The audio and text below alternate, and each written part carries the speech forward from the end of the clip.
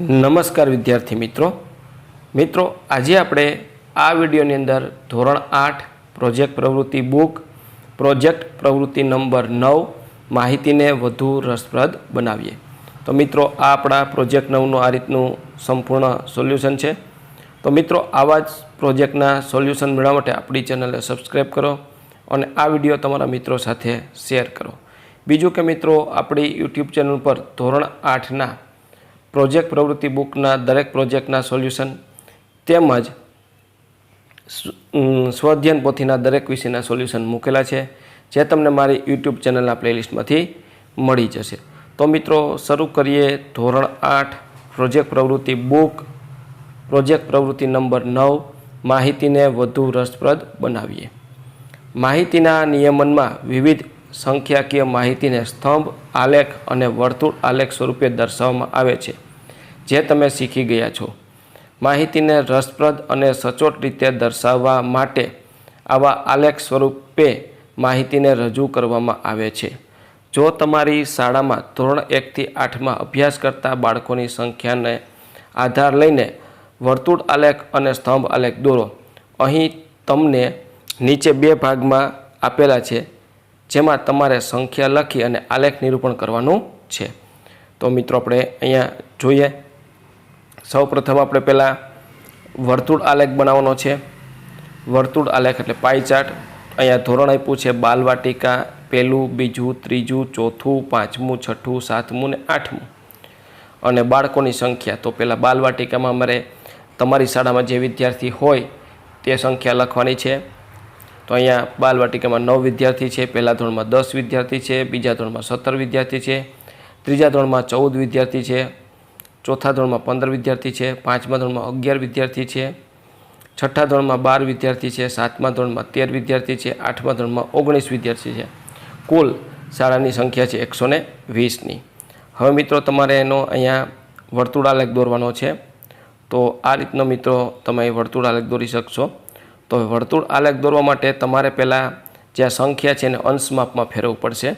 તો અહીંયા મેં તમને બાજુમાં ગણતરી બતાવી છે બાલવાટિકા। તો બાલવાટિકાની સંખ્યા છે 9 અને ટોટલ છે 120। 9ના છેદમાં 120 ગુણ્યા 360, તો 9 ગુણ્યા 3 એટલે 27 અંશ।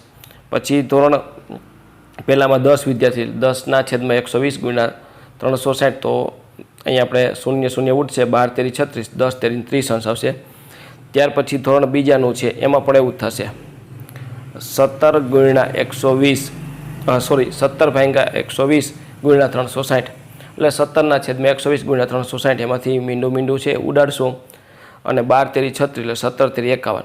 પછી ચોથા દાખલામાં ધોરણ 3માં 14 ગુણ્યા 3 એટલે 42 અંશ થશે, અને ધોરણ 4માં છે 15 તેરી 45 અંશ। ત્યાર પછી ધોરણ 5 છે એમાં 11 ગુણ્યા 3 એટલે 11 તેરી 33 અંશ। હવે મિત્રો અહીંયા આપણે જે અંશમાં આવ્યું છે એ તમારે જોવાનું છે। જો આ રીતનું અહીંયા આપણને થોડુંક આ રીતનું બાલવાટિકા છે એનું અંશમાપ 27 આપ્યું છે, તો તમારે 27 બરાબર છે। ધોરણ પહેલું છે એનું અંશમાપ 30 આવ્યું, તો આ રીતનું ધોરણ પહેલું। પછી ધોરણ બીજું એનું અંશમાપ આવ્યું છે 51। ત્યાર પછી ધોરણ ત્રીજું એનું અંશમાપ આવ્યું છે 42। પછી ધોરણ ચોથું એનું અંશમાપ છે 45। ધોરણ પાંચમું એનું અંશમાપ છે 33। ત્યાર પછી ધોરણ 6 છે, તો અહીંયા આપણે જગ્યાના ભાવે ગણતરી નથી આપી। ધોરણ 6 છે એનું અંશમાપ 36 છે। પછી ધોરણ 7 છે એનું અંશમાપ છે 39। ધોરણ 8 છે એનું 57 અંશ છે। તો આ રીતનું મિત્રો તમારે અહીંયા ગણતરી કરી અને આ રીતનો વર્તુળ આલેખ બનાવવાનો છે, જો અહીંયા આપેલું છે આ રીતનું। ત્યાર પછી આગળ વધીએ તો સ્તંભ આલેખ આવે છે। તો સ્તંભ આલેખમાં આપણે ધોરણ પહેલાંની સંખ્યા 10, બીજાની સંખ્યા 15, ત્રીજાની સંખ્યા 17, ચોથાની સંખ્યા 20, પાંચમાની સંખ્યા 12, છઠ્ઠાની સંખ્યા 18, અને સાતમા ધોરણની સંખ્યા 20, અને આઠમા ધોરણની સંખ્યા છે 15। તો અહીં આપણે એક્સ અક્ષ અને વાય અક્ષ આ રીતના બે અક્ષ દોરવાના છે। હવે અહીંયા જે એક્સ અક્ષ ઉપર છે એમાં પહેલું, બીજું, ત્રીજું, ચોથું, પાંચમું, છઠ્ઠું, સાતમું, આઠમું એ ધોરણ બતાવેલા છે, અને અહીંયા આપણે સંખ્યા લખી છે, બરાબર છે।